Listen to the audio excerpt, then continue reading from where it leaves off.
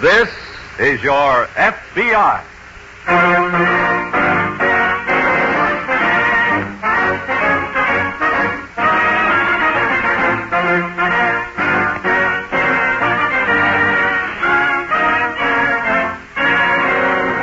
This is your F.B.I., an official broadcast from the files of the Federal Bureau of Investigation, presented as a public service by the Equitable Life Assurance Society of the United States.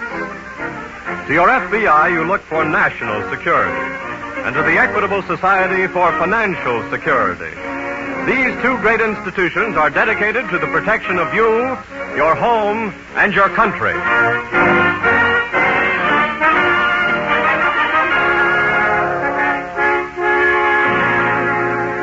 Tonight, the story of a crime against society, the confidence game.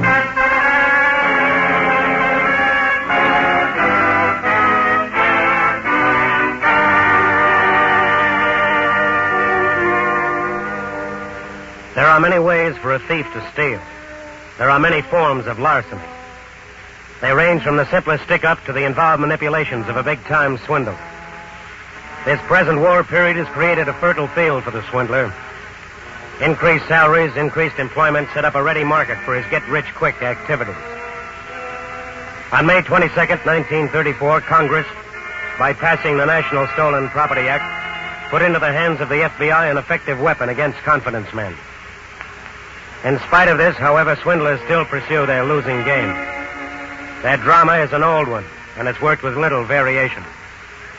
Its first act might begin as this one does, in the office of a respectable businessman. He is greeting a visitor. Sit down, Mr. Perry. Thank you, sir. Thank you. Well, warm enough for you? I should say so. Phew. You know, I thought they called this the Windy City. I haven't even felt a breeze since I've been here. Well, why don't you take off your coat? Well, sir, now, I don't mind if I do. There. Oh, I feel better already. How long are you planning to be here in Chicago, Mr. Perry? Just long enough to complete my business with you. You mean you came here just for that? Exactly. Well... As I told you in my letter, Mr. Mitchell, this is a really big proposition. Yes, it must be. You're coming on here from New York. Suppose I give you some of the details. Yes, I wish you would. Well, as you know, I'm the American representative of British Farm Equipment Limited. Yes? Our headquarters, of course, are in London. Oh, I know the firm. My principals asked me to contact you and find out just how much interest you might have in working along with us on a very ambitious post-war program. Here in the States? Yes. Confidentially, we plan to open a factory here as soon as possible. I see. And we'd like you to take charge of the plant. Me? Me take charge? That's right, sir. But why should you be interested in me? Well, we made a complete survey of all men in the farm equipment field. It should flatter you to know, Mr. Mitchell, that your name came out at the very top of the list. You don't say. So that's why I'm here. Well, I certainly am flattered. Now, I'm not authorized to close any deal with you. I merely came to sound you out and turn in a report. Of course. What can I tell the Home Office, Mr. Mitchell? Are you interested? Yes, very interested. Good. Sir Richard Barton, our financial director, is arriving in this country in the next few weeks. Yes? He'll undoubtedly want to get together with you. Can I cable and say that you're willing to talk to him? Of course. Thank you, sir. Well, this has been a very satisfying visit.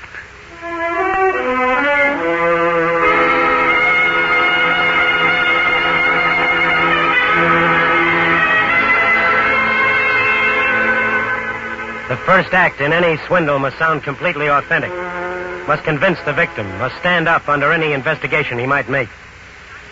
The facts the confidence man gave regarding the farm equipment company were true, with only one exception. He did not represent the company. His victim naturally did not know this. So, several weeks later, in answer to a summons from the swindler, Mr. Mitchell traveled east to meet one Sir Richard Barton at a hotel in Newport, Rhode Island. Some more bread, Sir Richard? No, thank you. And how about you, Mr. Mitchell? I have some, thanks. What was I just talking about? The patent rights on that tractor, Sir Richard. Oh, yes, of course. We have exclusive rights, you know.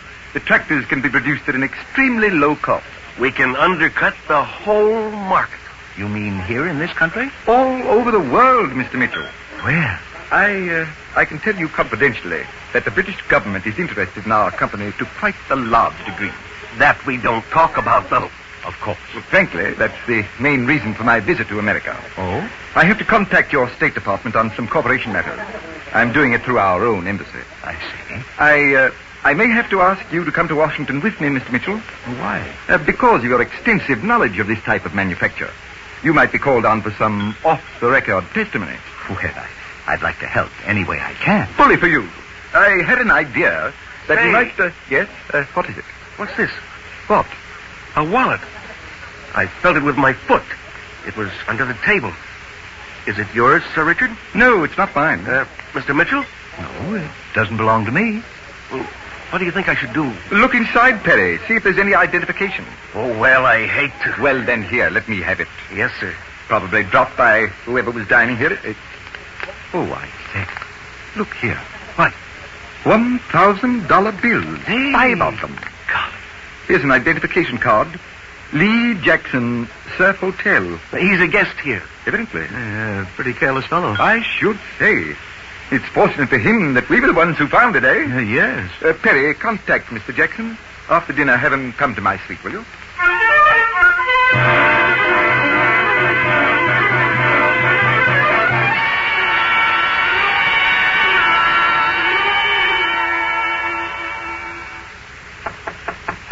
Oh, answer that, will you, Perry? Yes, sir. Another drink, Mr. Mitchell? Not right now, thanks. Then I think I'll have some. Yes? My name is Jackson. Lee Jackson. Oh, You told me at the desk somebody up here found my wallet. that's right. That's right. Come in. Thanks. This is the man who lost the wallet. Oh, how are you, sir? Okay, You're Mr. Jackson? that's right. Well, I have your wallet here. I think for obvious reasons you should identify its contents. Sure. Will you check the items, Mr. Mitchell? Oh, yes, of course. 5 $1,000 bills. Mm-hmm. Some money order receipts. 3, I think. That's right. An Elks card and address book. 2 letters and a racetrack badge in my name. I think that's all. Does that tally, Mr. Mitchell? Yes, it does. Very well. Let him have the wallet. Thanks. Well, you're a very fortunate man, Mr. Jackson. Oh, I know it. I'd like to do something for all of you. Oh, that isn't necessary. Look, take this $1,000 and cut it up between you. Oh, thank you, Mr. Jackson, but we're really not interested. Definitely not. Right, Mr. Mitchell? Of course. Well, I got another idea. Yes? This you can't beef about. Look, I'm I- around racetracks, what you call a betting commissioner. Yes? I'll take this $1,000 and put it on a horse for you. The right kind of a horse. Please, Mr. If he Jackson. wins, we cut up the profits. Now, what's wrong with that? Well, How about it? What do you think, Sir Richard? Oh, I suppose we have to make some compromise with Mr. Jackson. And you, Mr. Mitchell? Well, I have no objection. Okay, gentlemen? It's a deal.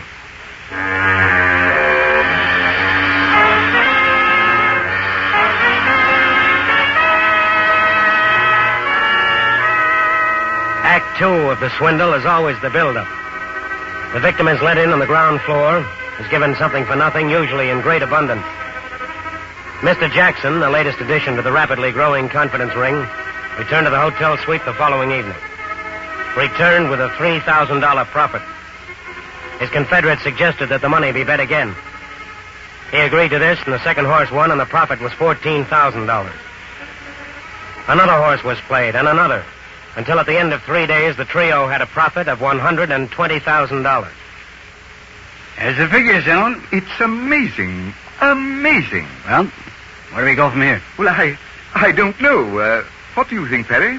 You've got me. Mr. Mitchell? 120,000 is a lot of money. Yes, indeed. That's 30,000 apiece. I know, Mr. Mitchell. Can I put in my 2 cents worth? Oh, by all means, Jackson. Please do. These horses I've been playing weren't exactly stiffs. Naturally, I had to have information. Of course. And I can just about guarantee you that the information is going to continue. Really? I'm expecting a bookmaker up here.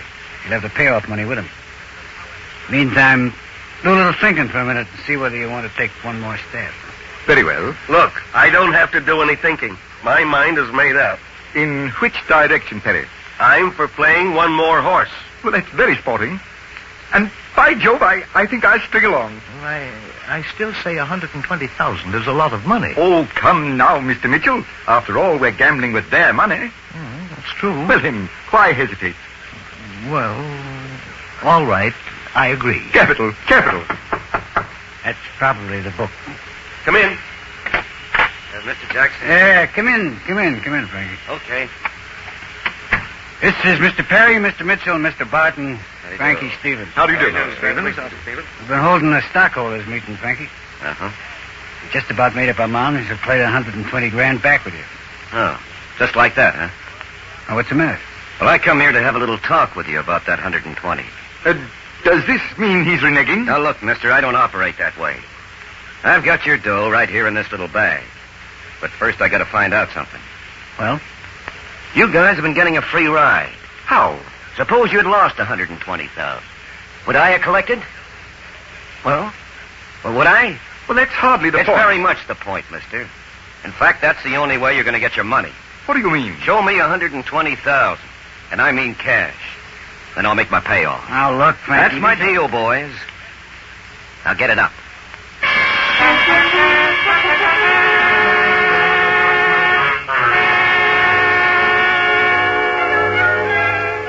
After the fourth member of the confidence ring, the bookmaker, had departed from the hotel suite, a conference was held.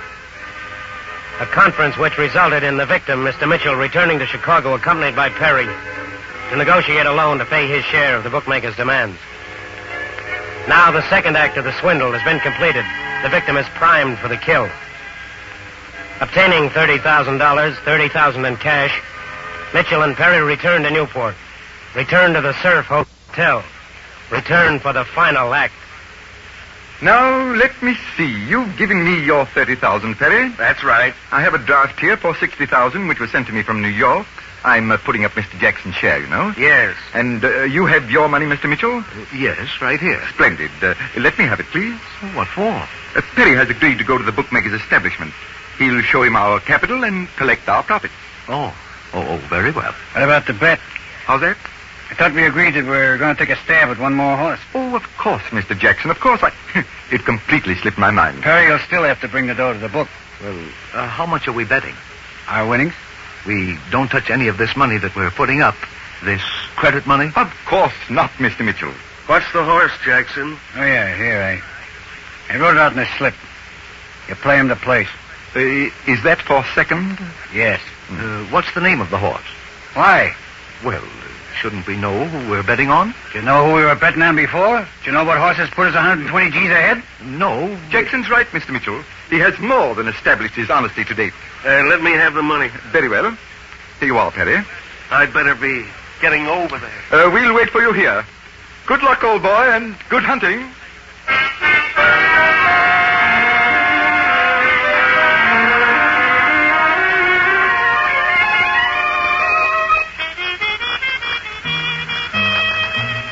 Did they announce any results yet, Mr. Jackson? No.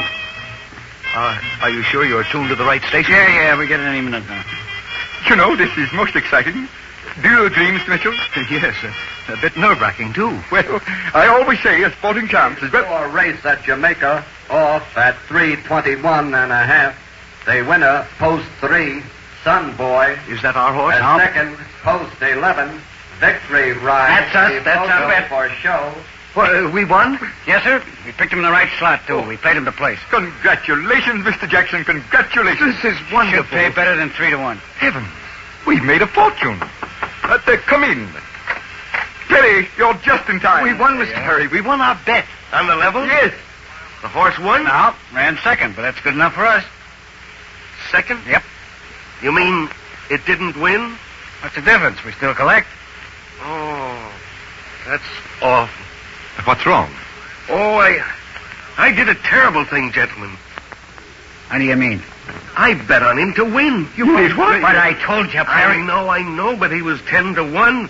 I figured you've been lucky right along. Perry, that's disgraceful. Oh, yes, you haven't heard the whole story. What do you mean by that? I bet our credit money, too. What? Why, you... Wait, now, keep away. Jackson, don't. Stop. Perry has a very bad heart. Jackson. good heavens. Perry, are you all right? He's unconscious. Yes. Mr. Mitchell, get a doctor, please. There's one on the second floor. Second floor? Yes, hurry. Very well. All right, boys. Let's blow.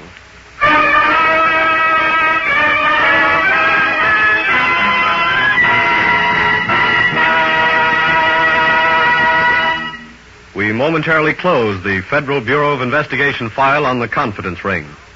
We'll return to this case in just a moment. We Americans must think very highly of life insurance because we buy more of it than all the rest of the world put together.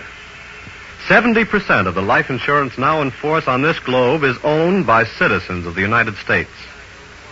All of which goes to prove that we Americans believe in self-help and self-reliance. Believe in watching out for our futures. Believe in educating our own children and in taking care of our families. Of the large number of Americans who feel that way, 3,200,000 have joined forces as members of the Equitable Life Assurance Society of the United States.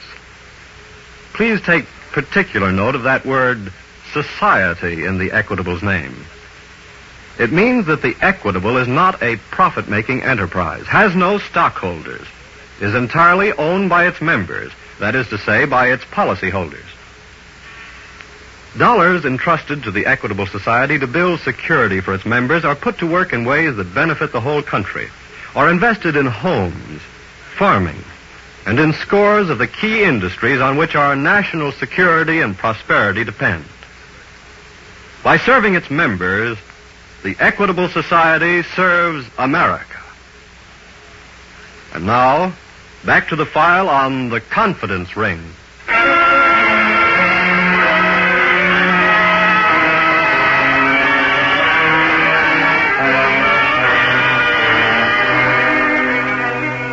The confidence game has an ancient and dishonorable history. Its existence can be traced back to the very beginning of time. Through the years, through the centuries, the pattern has varied, but one element has always remained: the gullible victim. Mr. Mitchell returned to the hotel suite in Newport, Rhode Island, to find that his erstwhile companions had left, had disappeared along with his $30,000. Stunned and bewildered, he returned to his home in Chicago. After a lapse of several days, after carefully thinking out his entire adventure, he decided to tell the whole story to agents of the F.B.I. When I finally located the doctor, I brought him right to the suite. To my amazement, I discovered that everyone was gone. Including the men who had been assaulted. Yes, sir. What did you do then, Mr. Mitchell? Well, to tell you the truth, I was too mixed up to do much of anything. Did you inquire for them at the hotel desk, see if they'd checked out? Eventually, yes. They hadn't paid their bill. They'd just left the suite and never returned. I see. I wound up paying for it myself. Now, this money you gave them, the $30,000, what were the denominations of the bills? 20s, 50s, and 100s. Did you by any chance keep a record of the serial numbers? No, I regret to say I didn't. You see, at the time I just didn't suspect. I understand. How did this man who called himself Perry first contact you? He wrote to me from New York. Did you keep the letter by any chance? Yes, I have it on file in my office. We'd like to see it. Surely. How accurately do you think you could describe these men? Oh, quite well. I'm sure of that. Then suppose you give us the descriptions. We'll send them to Washington, have them checked in the general appearance file.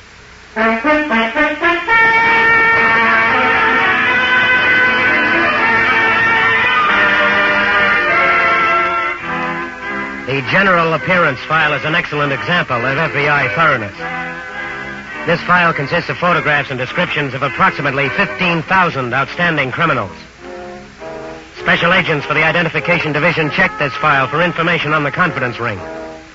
They removed punch cards of all persons falling into the general classification of the descriptions furnished. They placed these cards in a sorting machine. The machine adjusted the sort and finally select by mechanical means cards bearing descriptions similar to those of the suspects. Within a short time, the machine had done its job. Photographs which bore the same numbers as the cards that had been mechanically selected were sent by airmail special delivery to the Chicago field office.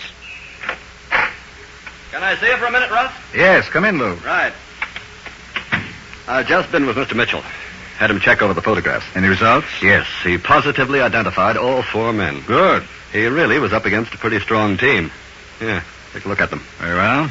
The old boy there, the one who calls himself Sir Richard, is one George Willis, an English confidence man. I see. The rest of the gang all have quite impressive records, too. I received a report from the Providence office this morning. The agents did a check at the Newport Hotel. They uncover anything?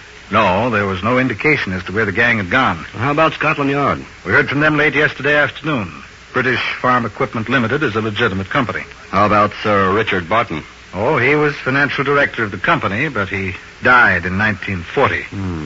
This gang stayed reasonably close to the facts. Yes. Oh, by the way, Mr. Mitchell gave me that letter he received from the man who called himself Perry. May I see it? Surely. Here you are. Thanks. Take a look at the letterhead. British Farm Equipment Limited. I doubt that it's genuine. New York address. Probably a vacant lot. Yes, but the letter was mailed from New York. I know. If this stationery is faked, it might have been printed there, too. Oh, you're right. Let's send it on to the New York office and find out.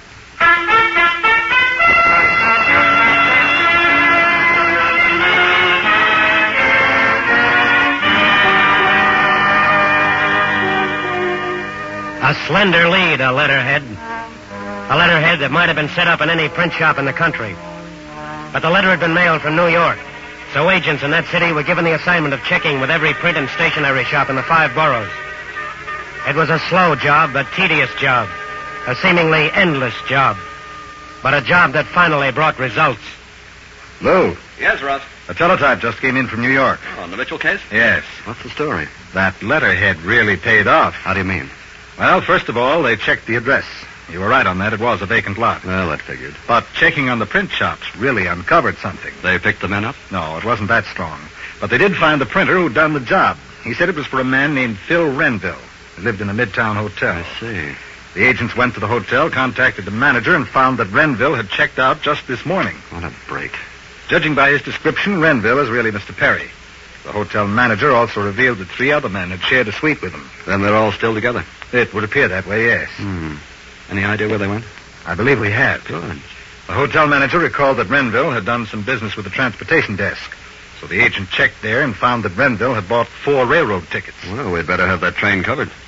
We don't have to. Why not? We're going to cover it ourselves. What?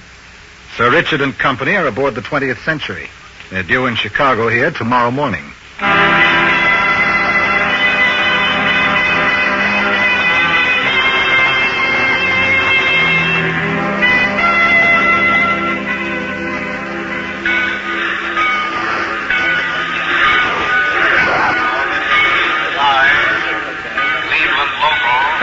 It feels good to stretch the legs again, eh, boys? Yes. Frankie, you look as if you're still asleep. I am. This early morning deal was murder. How long a wait do we have between trains? A couple hours. Shall we take a stroll about town? We'd better get over to the other station first. Other station? That's where the chief leaves from. Oh, We ought to get our bags over there. very well. Mr. Perry? Mr. Perry? It's the Umche. Good heavens. Hello there, Mr. Perry. Sir Richard. Greetings, old boy. Mr. Mitchell. Well, this is a 10 strike. You've no idea how worried we've been about you. About me? Yes, what in the world ever happened to you? Whatever happened to my $30,000? Well, you already know that. I mean, what really happened to it? Look, Sir Richard, yes? we're wasting time. Of course. We have to make that train. I think you should answer Mr. Mitchell's question, gentlemen. Who are you, sir? We're special agents of the F.B.I. Just stay together, all of you. May I ask a question? Yes? What is it? Where can we dispose of 4 tickets on the chief?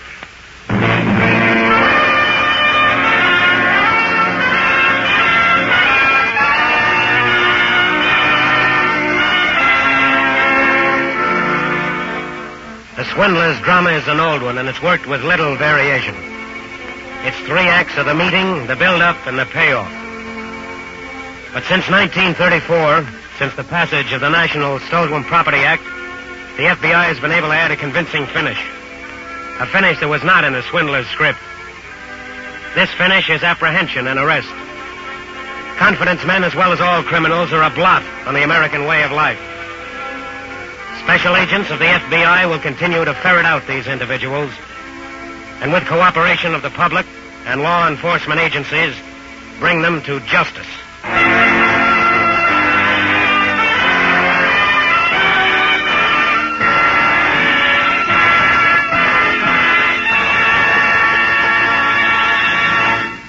You'll hear the disposition of tonight's case in just a moment.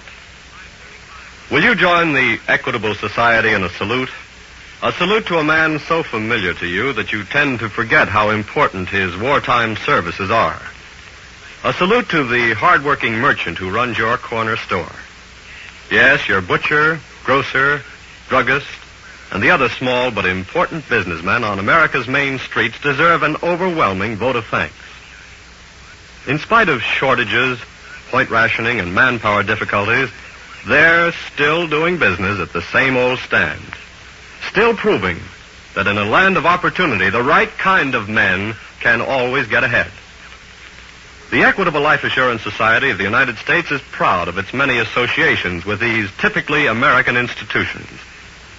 And we firmly believe that the millions of dollars of Equitable Society funds that help finance business may truly be called investments in victory, just as are the other equitable millions that have gone into war bonds and war industries.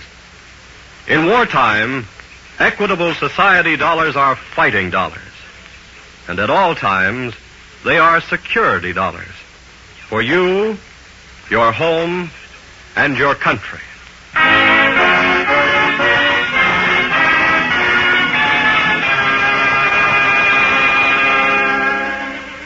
In tonight's case, a federal grand jury convening in Boston indicted Barton, Perry, Jackson, and Stevens. They were tried, found guilty, and sentenced to 8 years in a federal penitentiary.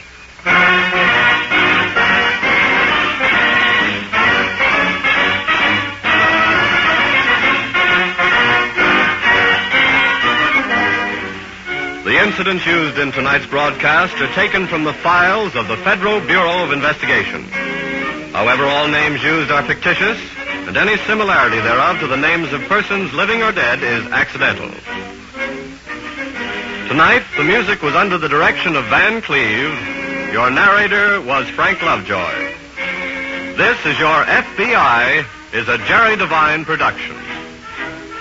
And now this is Carl Frank speaking for the Equitable Life Assurance. Inviting you to tune in again next week at this same time, for this is Your F.B.I.